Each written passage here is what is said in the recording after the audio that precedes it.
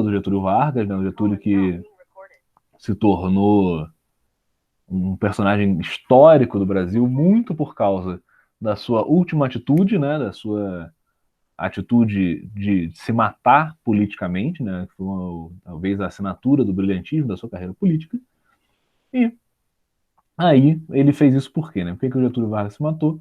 Porque ele queria garantir, ele queria se tornar um herói para a população, queria se tornar um herói brasileiro para quem era ali os seus seguidores, se tornar um mártir da sua causa e garantir que aqueles que tivessem ali um plano de industrialização mais ou menos parecido com o dele tivessem as melhores chances de continuar no governo após a sua morte, porque ele sabia que se ele continuasse do jeito que as coisas iam e do jeito que a oposição fazia pressão contra ele, ele acabaria perdendo ali, muito provavelmente, a sua fama, a sua boa fama com o povo. Né? Já estava perdendo, ele, para garantir que ele não ia perder mais, para garantir que ele ia recuperar e firmar ali, né, ficar ter firmeza naquela fama que ele tinha, ele vai lá e vai se matar, deixando a sua carta suicídio com a célebre frase: saiu da vida para entrar para a história, tá? Bom, quem é que vai assumir ali depois dele, né? Depois dele, aqui a gente está no carinho, a gente vai ter o governo do Juscelino Kubitschek, tá? O famoso JK, tá? Vocês já devem ter ouvido falar nele. Eu acho que já teve minissérie da Globo sobre o JK, mas eu não tenho certeza. Eu sei que vocês também não ficaram vendo minisséries da Globo, porque, pelo amor de Deus, né? Bom, Juscelino Kubitschek, ele foi presidente, tá? Ele nasceu em 1902, morreu em 1976, como está bem colocado aqui no livro de vocês. Nascido em Minas Gerais, e ele se torna presidente em 1955, aqui embaixo, bonito, né? Isso, em 1955. Ele teve, né, já para a gente adiantar, ele teve ali como lema da sua trajetória política esse lema bonito aqui, 50 anos em 5, que era uma alusão ao seu ímpeto de industrialização do Brasil. Ele queria tornar o Brasil uma potência industrial, fazendo com que ele evoluísse o equivalente a 50 anos de indústria em apenas 5 anos, que era o ano de seu mandato, sabe? O tempo de seu mandato na época. A ideia dele era desatrasar o Brasil, né? Porque o Brasil, ele, apesar de todos os processos de industrialização varguista, o Brasil ele estava atrasado em relação ao resto do mundo, pelo menos em resto do mundo industrializado, né? E atrasado aí para mais de 100 anos de atraso, né? A gente está aqui em 1955, a Revolução Industrial começa lá em 1800, né? Na Inglaterra, lá no começo de 1800, então o Brasil ele tem problemas sérios, ali, graves de atraso em relação às potências industriais. E o Juscelino Kubitschek ele vê que focar na industrialização do Brasil é a melhor maneira de fazê-lo sair da lama e poder concorrer internacionalmente com os outros ali. Porém, ele vai fazer isso de uma maneira um pouco diferente do Vargas, tá? Vocês devem se lembrar que o Vargas ele tinha a sua proposta de industrialização focada no Estado, né? Ele queria criar indústrias estatais e, através dessas indústrias estatais, fazer uma geração de capital ali no que a gente chama de um protecionismo econômico, né? Que era um capital interno, tentando fortalecer ele internamente e tudo mais, e taxando muito as importações e dificultando a entrada de indústrias estrangeiras, tá? O Juscelino Kubitschek, a gente vai ver que ele não é tão dado assim a esse protecionismo econômico. Ele tem uma linha um pouco mais aberta ali para o mercado estrangeiro, sobretudo para o mercado americano, tá? Bom, vamos lá.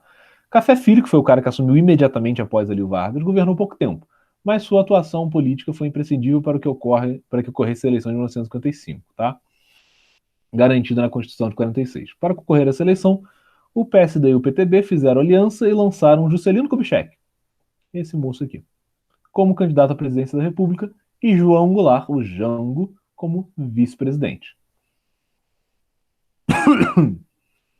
A campanha política do JK baseava no desenvolvimento econômico iniciado por Vargas. Seu slogan, 50 anos em 5, pretendia apresentar uma proposta de modernização do país por meio de investimentos públicos e privados, principalmente de origem estrangeira na infraestrutura do país. Então aí a gente já vê uma pequena diferença. Ele está baseado aqui e ele vai aproveitar dessa carga dramática que o Vargas colocou na sua campanha de desenvolvimento, vai se apoderar dela, né, vai se colocar ali como uma espécie de sucessor espiritual do desenvolvimento varguista, e só que ele vai ter essa bandeira aqui um pouquinho diferente do Vargas, tá?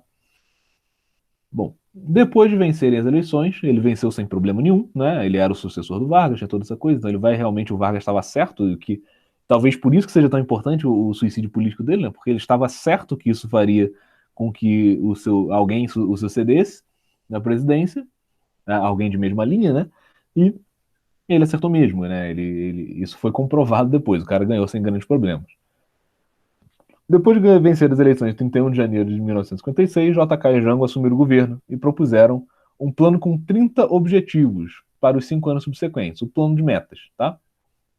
Nesse projeto, a prioridade era o incremento industrial, tanto das indústrias de base quanto dos bens de consumo. Para isso, era necessário o aumento da exploração de fontes de energia, como petróleo, energia hidráulica, indústria de aço e tudo mais. Ou seja, precisava expandir ali os meios para que a indústria pudesse crescer, tá?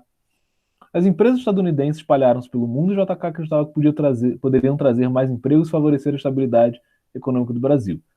Então, ele vê os Estados Unidos florescendo ali com seu capitalismo norte-americano e ele percebe que nisso ele pode, se ele abrir chance para que essas indústrias elas venham para o Brasil também, elas podem combater alguns problemas que o Brasil está vivendo. Por exemplo, o desemprego, né? Ele vai criar empregos e vai aumentar o giro econômico dentro do Brasil, fazendo aí uma força, né? Dando uma força para a estabilidade econômica do país. Então ele vai criar mecanismos que favoreciam a vinda dessas empresas. Ele vai diminuir impostos, né? Vai isentar alguns impostos, disponibilizar terrenos para que elas pudessem instalar. E entre 56 e 60, a economia brasileira vai acabar crescendo realmente num ritmo acelerado, 8% ao ano, né? O que significa que é 8% em cima de 20%, 8% em cima de 8% a cada ano, né? Por exemplo, se tem lá, se tem 1.000 ali, aí com mais 8% vai ser 1080, 1080, e aí com mais 8, aí depois vai ser 8% em cima de 1080, não de 1.000, né? Então vai crescer exponencialmente aí ao longo dos anos.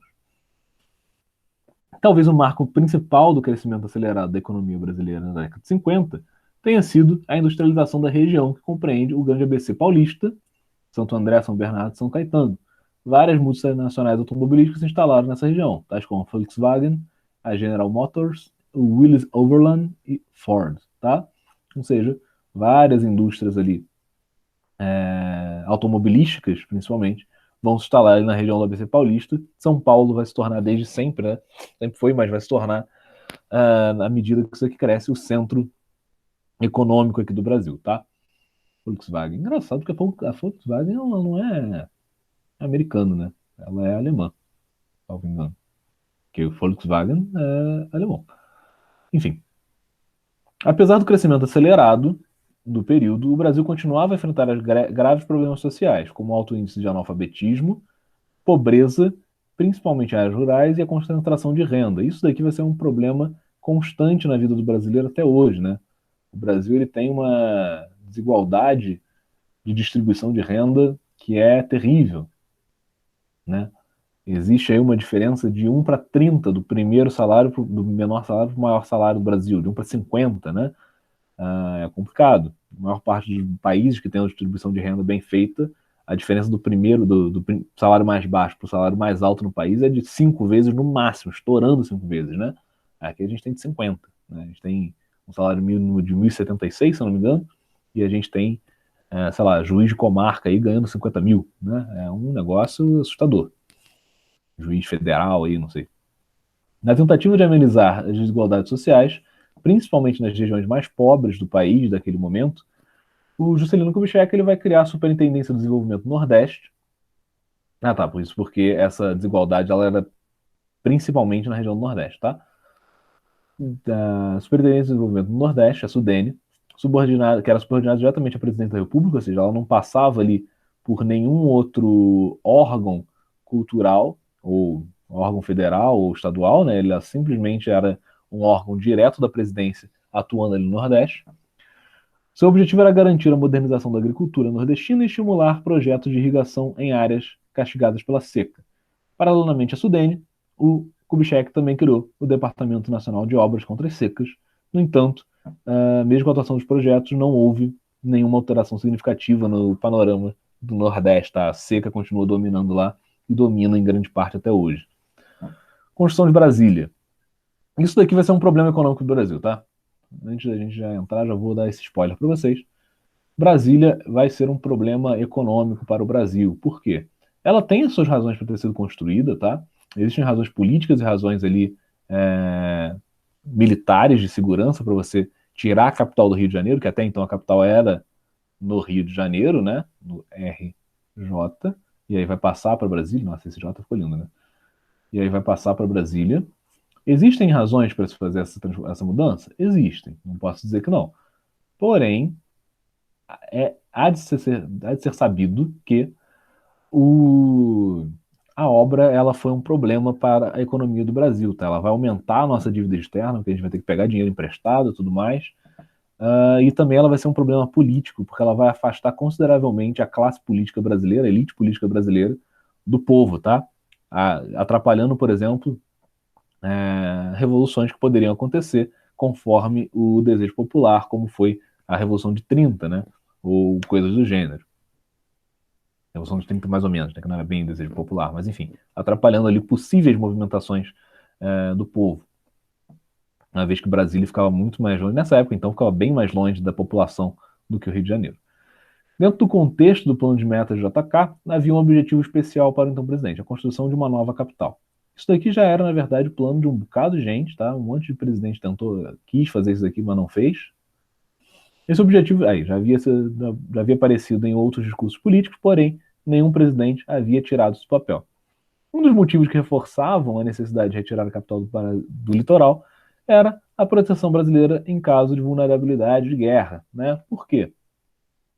É o seguinte, gente, o Brasil está aqui na costa, né? Aqui é a costa brasileira, tal. Desenho aqui mais ou menos como seria a costa brasileira. Isso aqui é a costa brasileira. Aí, a capital é aqui no Rio de Janeiro, né?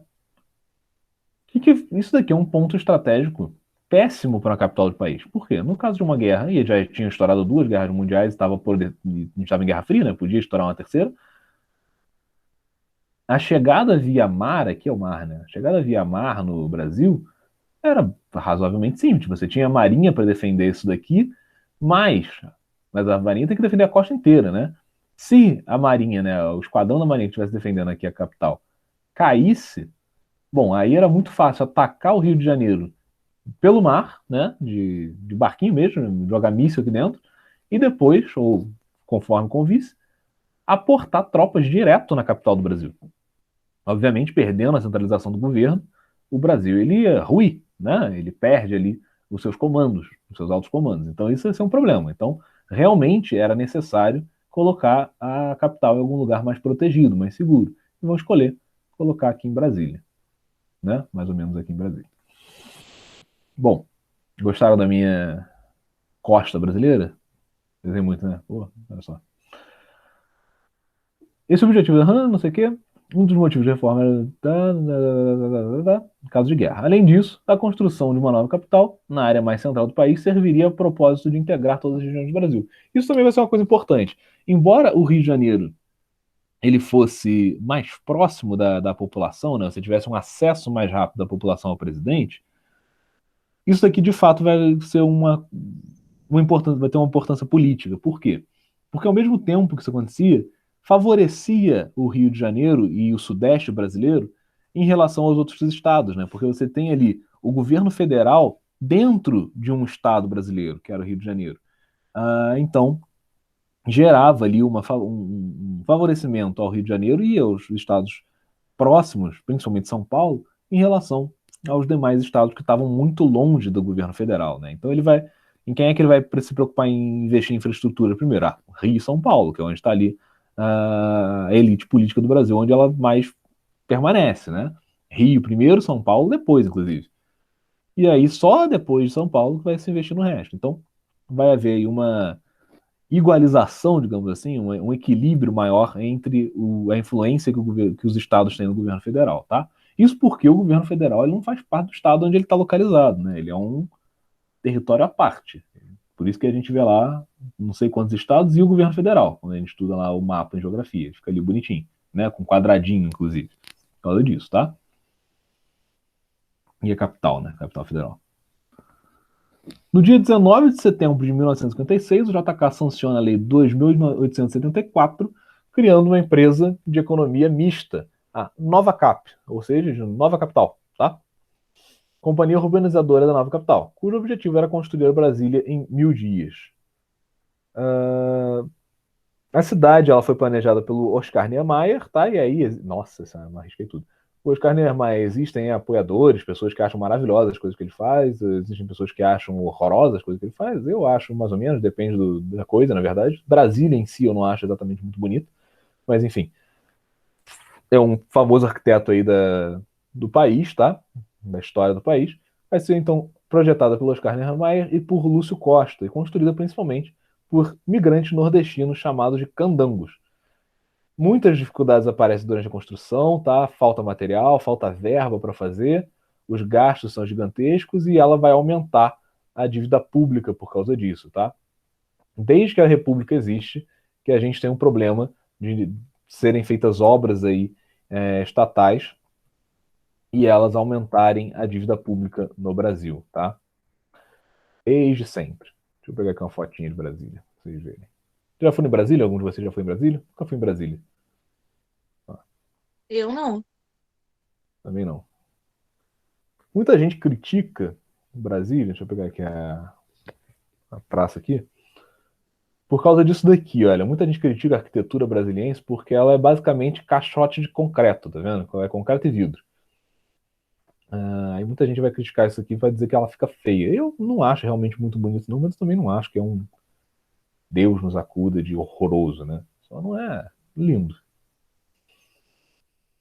Dizem que é muito que ir para Brasília é muito bom, que dizem que o pessoal lá é muito educado, que você, né, você quase não vê carro na rua, só as ruas quase sempre vazias, tudo mais e tal, a cidade plana, cara, não, sei lá, não é o lugar favorito do mundo de muita gente não. E ó, lugar que todo mundo toda hora faz meme, eu tinha que explodir isso aqui, né?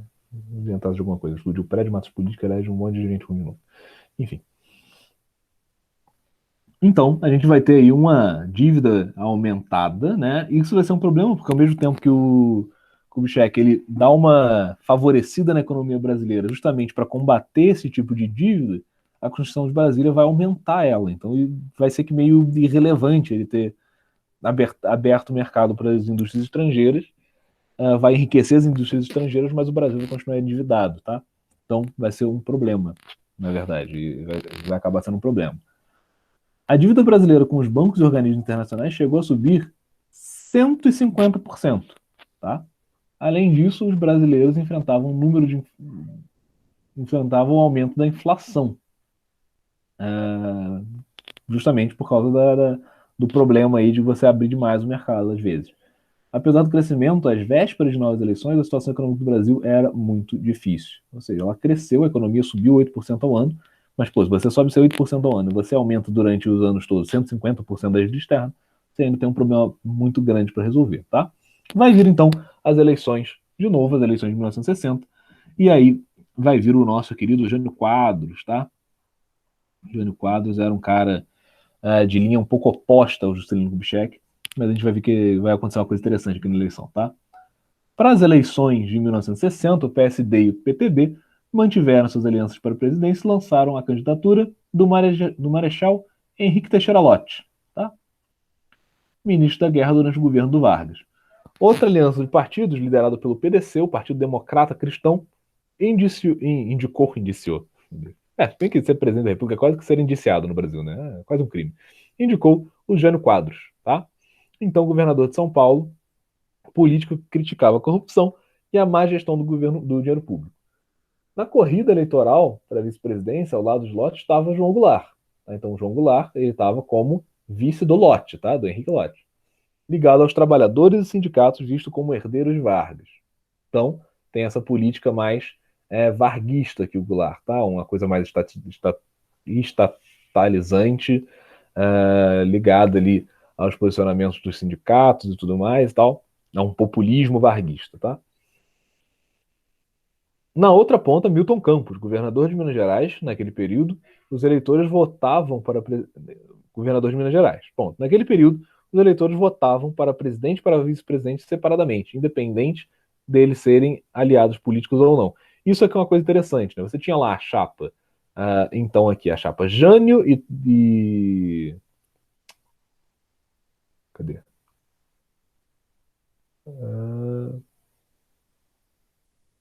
Jânio Quadros num lado para presidente e cadê ele? O cadê, gente? Oh, meu Deus do céu. E Milton Campos, tá? Jânio Campos, né? Essa daqui era uma chapa, era a chapa mais liberal da coisa, tá? E aí, mantendo uma linha de política varguista, você tinha na outra chapa o Lott e o Jango, tá? O Jânio Quadros. O Jânio Quadros, oh, meu Deus do céu. E o Jango ali, o João Goulart, tá? Lott e Goulart. Goulart. Só que nessa época aqui, você não vota na chapa, você vota na pessoa, tá? Então você tinha um voto para presidente, você tinha um voto para vice. Você não precisava necessariamente votar na mesma chapa que já estava formada dos partidos. Então o que eles vão fazer? Eles vão eleger Jânio Quadros e João Goulart. Um presidente e um vice de chapas opostas, tá? Vamos falar isso de chapa Janjan, né? Por causa do Jânio e do Jango. Então, eles não precisavam votar nisso daí, eles vão acabar elegendo os dois. Né? Então, essa forma de organizar a política colaborou para a população montar a sua chapa. Muitos diziam que votariam em Janjan, ou seja, Jânio Quadros para presidente e João Goulart para vice. A ideia ganhou força em outubro de 1960, a maioria dos brasileiros escolheu presidente e vice de chapas diferentes. Isso daqui, cara, mostra como é que o Brasil ele é muito curioso, porque eleger um presidente e um vice de chapas diferentes, isso não é uma estratégia muito boa política. Poderia se imaginar que um presidente de uma chapa e um vice-presidente de outra chapa meio que equilibrariam as ideias e fariam um governo mais médio nos seus extremos entre as chapas, né? Mas não é isso que acontece. Quando você tem uma base política, a força máxima do executivo, dividida em duas chapas opostas iguais são essas, você na verdade enfraquece o governo, né? Você enfraquece ali porque o presidente ele não vai conseguir se alinhar direito ao seu vice, o vice não vai se alinhar direito ao presidente e vai ter problemas com isso, tá? Mas ele realmente é bem interessante aí como é que ele pensa a política. Não, alguém tá entrando na aula? Oi, Mariana, tudo bem? Como você vai?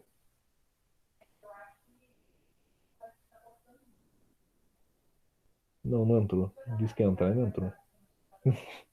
Só pediu e já saiu. Bom, como é que vai ser feita então a política ali do Jânio Quadros, né? O Jânio Quadros ele é muito doido, cara. O Jânio Quadros ele é um presidente que realmente eu acho incrível como é que ele tem a capacidade de fazer coisas para sair do governo, né? Porque ele vai desagradar em tudo a população. Vamos lá, primeira coisa que a gente tem que lembrar, a população brasileira era em sua maioria conservadora, tá?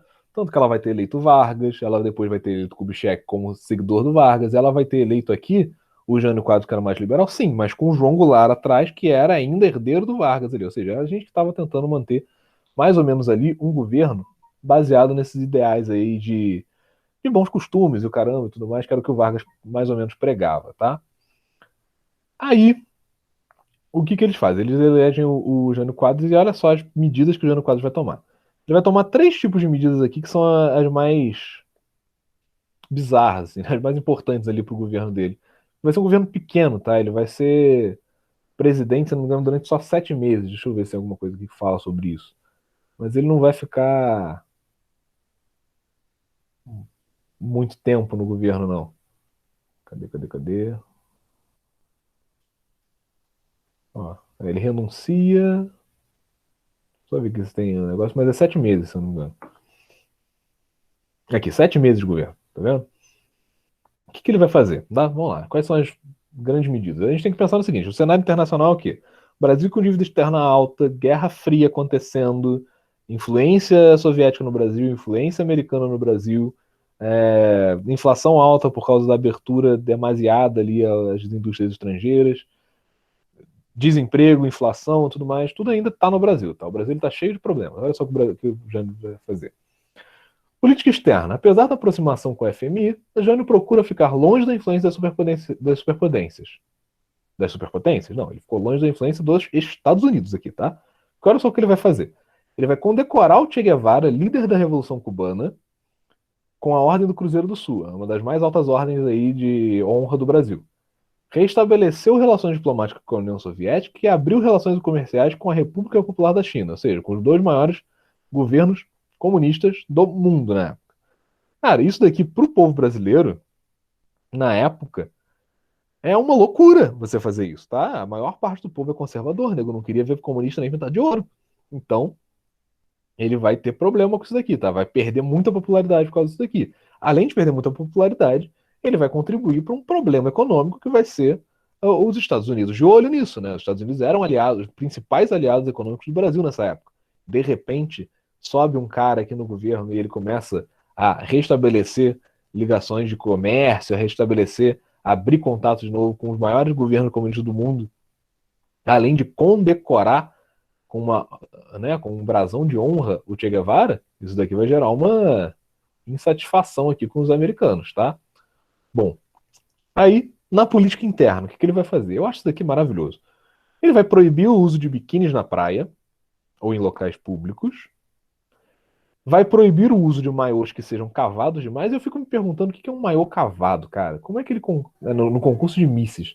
Mas assim, eu fico me perguntando, será que ele. Eu não vi a lei, né, certinho, mas será que ele passou ali a lei de quantos centímetros tinha que ter sabe, o maiô no bumbum da Miss para ela poder se apresentar? Não, tem que ter até 5 centímetros ali de área, tá bom? Se for menos do que isso, aí é pouco demais, aí não pode, aí é contra a lei. Não sei, cara.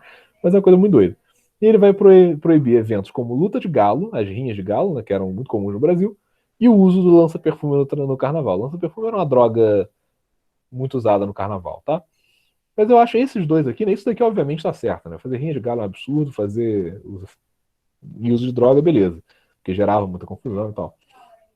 Mas isso daqui eu acho fenomenal. O cara, ele assume, fica 7 meses no poder e as decisões dele, não, vou proibir biquínis.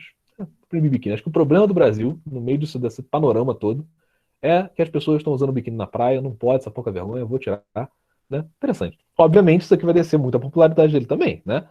As mulheres queriam usar biquíni na praia e os homens, né, também não estavam afim de as mulheres não usarem biquíni na praia. Então isso daqui vai cair violentamente com a popularidade do Jânio Quadros.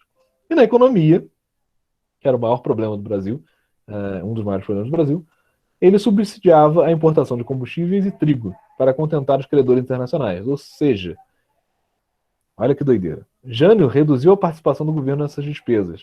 Dessa maneira, pouco depois de ter assumido, o preço dos pães e dos combustíveis aumentaram em 100%.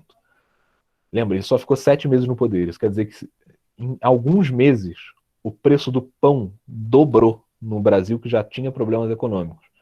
Pão, gente, é o principal alimento do mundo, tá? Todo mundo come pão todo dia. Imagina só o que é. Você tem lá, tá com pouco dinheiro, porque tá em crise econômica, às vezes a tua família tá ali com desemprego, não sei o que lá, tem muita gente desempregada no meio. E na época as pessoas tinham muitos filhos, né? A gente tá falando aqui em 1960, então, ali quase 1960, por volta de 19... Não, em 1960 mesmo. Então, as pessoas tinham muitos filhos. Você precisa de pão. Aí o cara vai lá e faz a estratégia econômica maravilhosa dele, que parece que ele realmente. Eu acho engraçado que o governo dele parece que ele só quer perder apoio popular, não é possível. E ele faz o quê? Ele, não, vou tomar uma atitude para a economia aqui, para melhorar a economia. Eu vou parar de participar ali do preço do trigo e tudo mais e tal.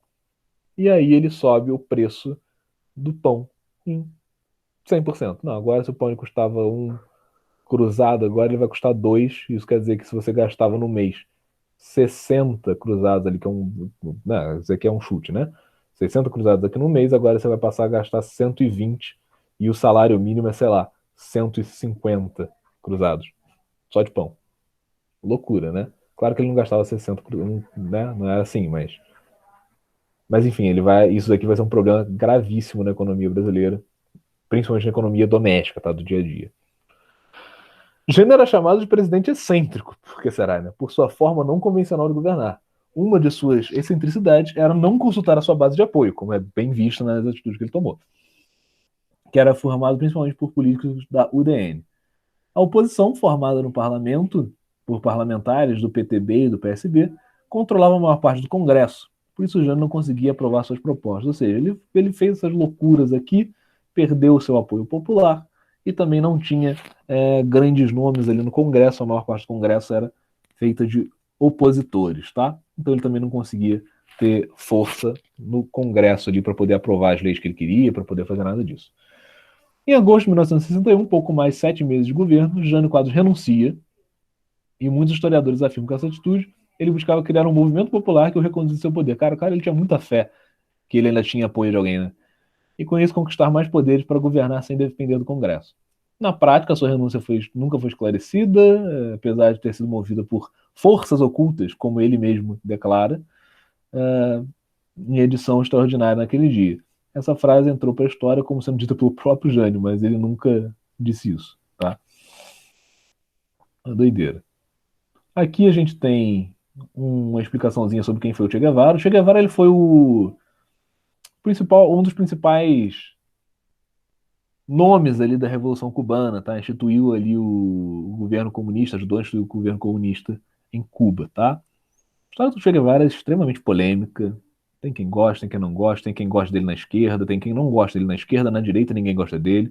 Ele é um cara polêmico, complicado. Matou muita gente, tá? Diga-se de passagem, matou muita gente, fuzilou muita gente no paredão. É um negócio complicado, tá? Se vocês quiserem ler um pouquinho sobre a história dele, tá aqui na página 450. Eu só recomendo que antes de usar a camisa tem muita gente que usa a camisa com a cara do Che Guevara estampada. Eu recomendo que antes de usar a camisa com a cara do Che Guevara estampada, leia alguma coisa sobre ele para ver se você realmente quer usar a camisa dele, porque ele é pelo menos polêmico, tá? Ele divide opiniões aí. Crise sucessória, tá? Após a renúncia do Jânio Quadros, o João Goulart, conhecido como Jango, deveria assumir a presidência da República.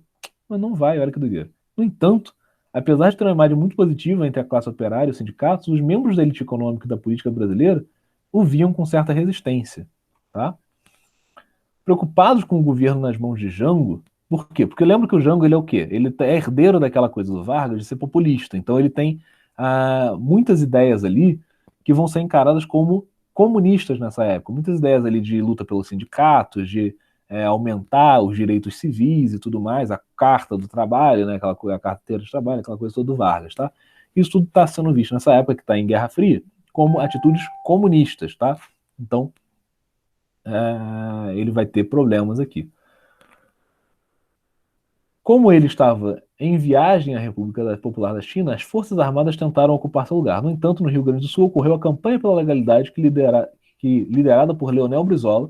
Leonel Brizola ele é um cara muito importante na nossa história recente do Brasil, tá? Ali nos anos 90 e tudo mais, após a redemocratização, a gente vai ver bastante ele. Procurava garantir a posse de Jango. A solução encontrada para segurar a posse do Jango seria diminuir os seus poderes pela adoção do parlamentarismo, que seria uma coisa que, na minha opinião, seria muito bom. O que faria ter um governo parlamentar no Brasil, né? A gente teria dois chefes de governo, né? Duas pessoas importantes ali no Poder Executivo. Seria o presidente como chefe de Estado e o primeiro-ministro, né? O líder do parlamento como chefe de governo. Seriam dois cargos importantes. É assim que funciona hoje, por exemplo, a Alemanha, tá? A Alemanha tem um presidente eleito e tem um primeiro-ministro eleito pelos senadores, se não me engano, ou seja, por eleição indireta, né? E o presidente eleito por eleição direta. E guardadas as suas proporções, é parecido com o que tem na Inglaterra, né? Para ficar mais fácil aqui. Normalmente a pessoa não vê muito o presidente da Alemanha por aí, mas é mais ou menos o que tem na Inglaterra. Na Inglaterra a gente tem a rainha, que é chefe de Estado, tem o primeiro-ministro do parlamento inglês, que é chefe de governo. Na minha opinião, isso aí vocês não precisam guardar, é só porque eu gosto de comentar, isso é a melhor coisa para se fazer no governo, que você dilui mais o poder, né? O poder, quanto menos comprimido na mão de uma pessoa só, melhor ele é para a população em geral, tá? Seria o parlamentarismo, que reduziria consideravelmente a ação do presidente. Ainda de acordo com essa proposta, a população deveria ser consultada em 1965 sobre a permanência ou não desse parlamento. O Congresso Nacional oficializou Ranieri Mazzilli, presidente da Câmara dos Deputados, como presidente provisório. e graças à campanha promovida pelo PTB e pelos sindicatos ligados a Jango, a consulta popular foi antecipada em 2 anos. O presidencialismo venceu, porque o brasileiro é complicado, pelo menos na minha opinião, né? Eu gostaria que o presidencialismo tivesse perdido, e Jango tornou-se presidente do Brasil. E aí a gente vai ter o governo do João Goulart, tá? Aí é aquilo que eu tô falando, né? Ele vai ter um discurso que vai ser muito enquadrado ali como um discurso comunista, tá? Por quê? Ele vai ter um discurso pelas minorias, tá? Por algumas minorias econômicas, sobretudo, principalmente as rurais, tá? Ele vai, em 1963, criar o Estatuto do Trabalhador Rural, que era basicamente uma carteira de trabalho para quem trabalhava no campo, que ainda não estava incluído, tá? Ele vai dar ali diversos direitos trabalhistas dessas pessoas, férias, salário mínimo, repouso semanal, essas coisas todas, tá? Isso vai ser visto como péssimo pelos senhores de terra, né? Porque, obviamente, né, agora, nossa, agora a pessoa tem direito a descansar sábado e domingo, que absurdo, não é? Você está fazendo com a economia do país. Burguês safado, né? A organização desses trabalhadores teve como consequência, a formulação de uma proposta de reforma agrária, tá? Reforma agrária. Reforma agrária é um tema legal. E o João Goulart, ele quer fazer uma reforma agrária, tá? O que é reforma agrária, pessoal? Tem que saber o seguinte, no Brasil, no mundo existe uma coisa que chama especulação de terra. O que é especulação de terra? Vamos supor que a Grazi, deixa eu pegar aqui um pedaço mais branco para eu poder ver. Vamos supor que a Grazi ela tem um terrenão, assim, ela comprou uma terra, um lote de terra que vai ali do Retiro até o Vale das Videiras, lá em Araras. Aí em Araras, né? Longe pra caramba. Lá no Retiro, perto da Catedral, no centro da cidade de Petrópolis, até Araras. Um pedaço, um giga de terra. E ela tem esse campo todo aí. E o que ela faz para ela ganhar dinheiro com ele? Ela deixa ele parado, ela não faz nada. Ela deixa ele aqui, vazio. Ninguém pode morar nele, ninguém pode produzir nele, ele tem que ficar parado ali, só criando capim, tá? Criando capim, aí de vez em quando, uma vez a cada 2, 3 anos, ela vai lá e manda alguém cortar o capim para ele não ficar um matagal tão feio e tal. Ela não faz nada com ele, deixa ele lá parado. Aí daqui a 10 anos, ela vai lá, chama a Mariana e fala: olha só, tô a fim de fazer um negócio, eu vou te vender. Você quer terra? O que você acha de você comprar um terreno? Ah, não, acho maneiro, tá? Tem um terreno gigante e tal, bom, bonito, cheiroso. Vou te vender ele. E aí ela vai lá e vende para Mariana o terreno por 3 vezes o valor que ela pagou quando comprou. Porque a terra, ela valoriza com o tempo. Porque mais gente vai começar a construir coisa em volta, né? Porque a terra vai valorizar. Isso daqui se chama especulação de terra, tá? Você compra um terreno e deixa ele parado. Se a gente, se vocês hoje, por exemplo, pegassem o dinheiro de vocês, comprassem algum terreno, não sei, aqui em Petrópolis, acho que a maior expansão que a gente tem é pro lado de Itaipava ali, né? Onde mais expande. Vai lá e compra um terreno. Em Araras, por exemplo, que ainda tá barato o terreno lá. Guarda 10, 15, 20 anos daquele terreno, daqui a pouco Araras vai estar populosa e vai estar com comércio, vai estar com coisa. Então, comprou um lotezinho de terra ali por 1.000, por, sei lá, 30 mil hoje, daqui a 20 anos você vai vender ele por 300. Essa que é a parada da especulação de terra, tá? Qual que é o problema disso daqui? Isso faz gente que é muito rica ficar muito rica, mas não serve para mais nada no Brasil. Essa terra fica totalmente improdutiva, atrapalha a distribuição de renda, porque quem não tem condição de participar desse jogo milionário e de ficar comprando grandes lotes de terra nunca vai ter. E é ruim economicamente para o Brasil, isso é ruim. É bom para quem comprou, mas é ruim para o Brasil. O que é a reforma agrária?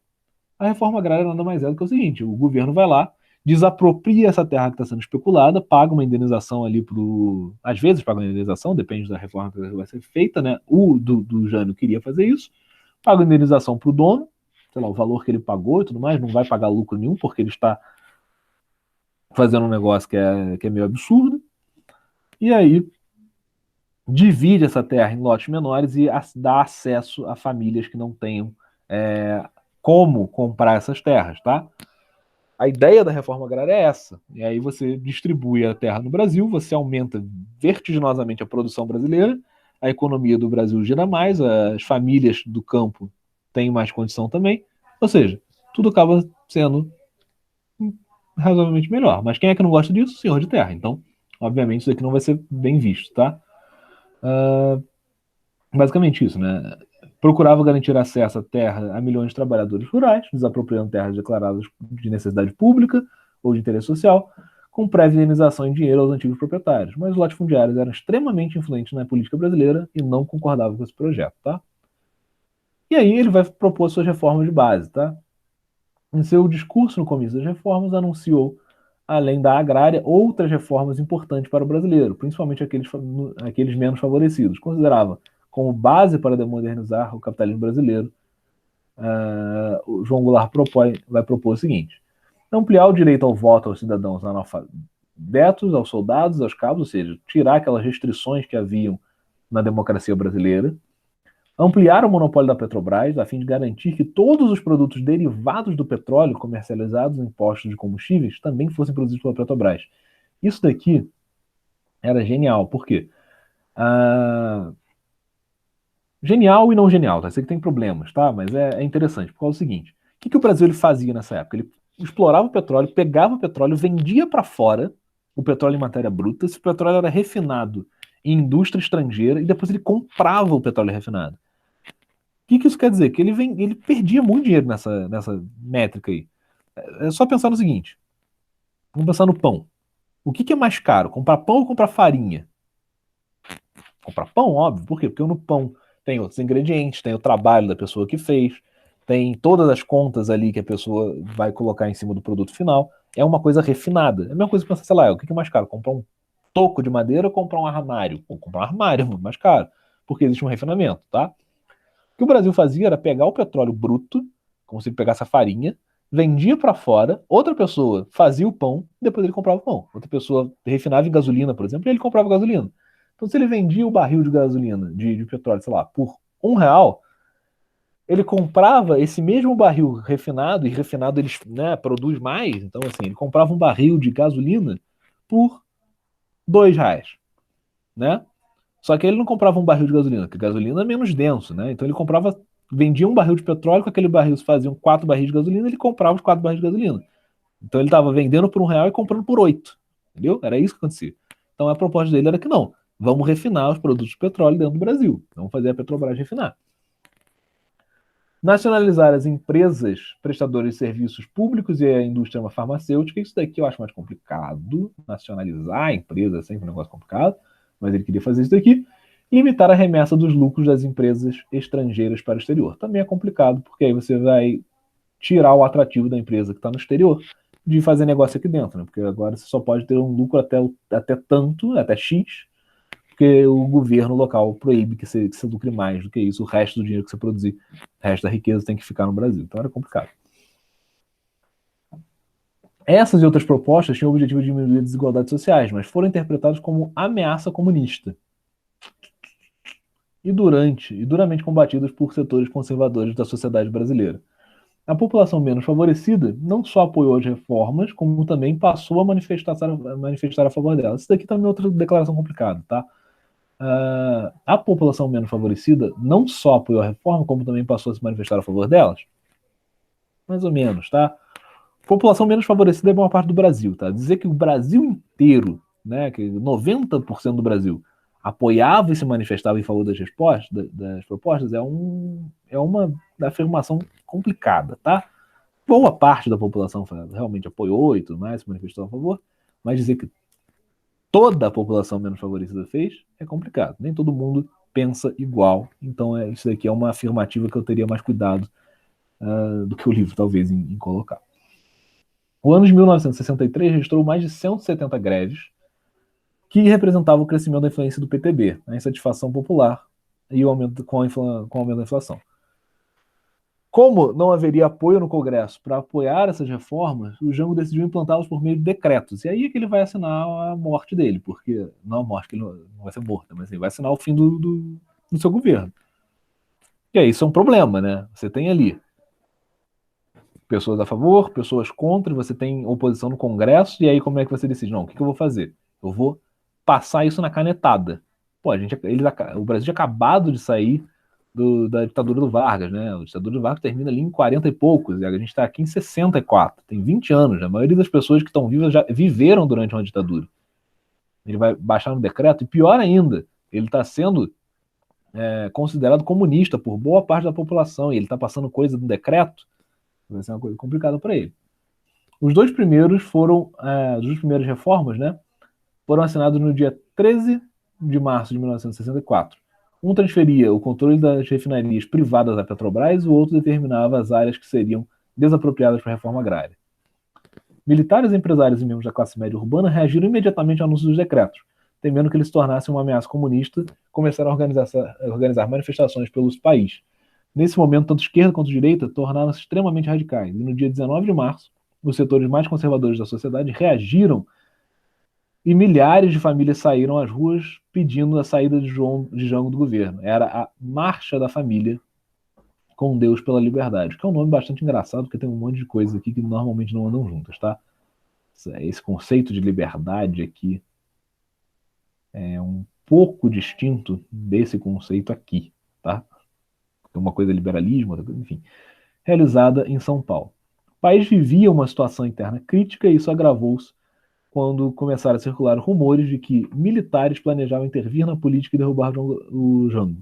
A radicalização dos grupos políticos intensificou, até que em 31 de março de 64, o golpe, tantas vezes anunciado, realmente ocorreu. João Goulart, deposto pelo poder dos militares, seguiu para o exílio no Uruguai e o Brasil passou a ser administrado pelos militares. Aí a gente tem o fim do governo do João Goulart e isso daqui marca o início da ditadura militar no Brasil, tá? Mas, meus queridos, isso vai ficar para o próximo episódio, né? A ditadura militar a gente vai seguir só na semana que vem, porque é um tema complexo, um tema cheio de espinhos ali para a gente seguir, e aí eu prefiro que a gente siga ele separadamente, porque é o momento mais famoso e mais lembrado, infinitamente lembrado, da história brasileira, a ditadura militar de 1964, tá? Até a redemocratização em 89. A gente vai ter a ditadura militar. Olha só, nem entra direto na ditadura militar. A próxima é tensões e conflitos na América Latina. Pelo amor de Deus. Acho que não. Acho que a gente vai entrar na ditadura militar e depois eu volto nisso daqui, pra gente poder estudar as coisas seguindo o seu caminho. Beleza, pessoal? Sim? Ok? Alguém tem dúvidas? Sim. Não. Também não. Não tem dúvidas ou não tá beleza? Tem dúvida Não não. tenho dúvida. Ah, tá. Então tudo bem. Então, pessoal, por hoje era isso, tá? Fiquem com Deus. Um bom final de semana e até semana que vem. Tchau, Tchau. professor. Pra você também. Tchau, Fica tchau. com Deus. Vocês também.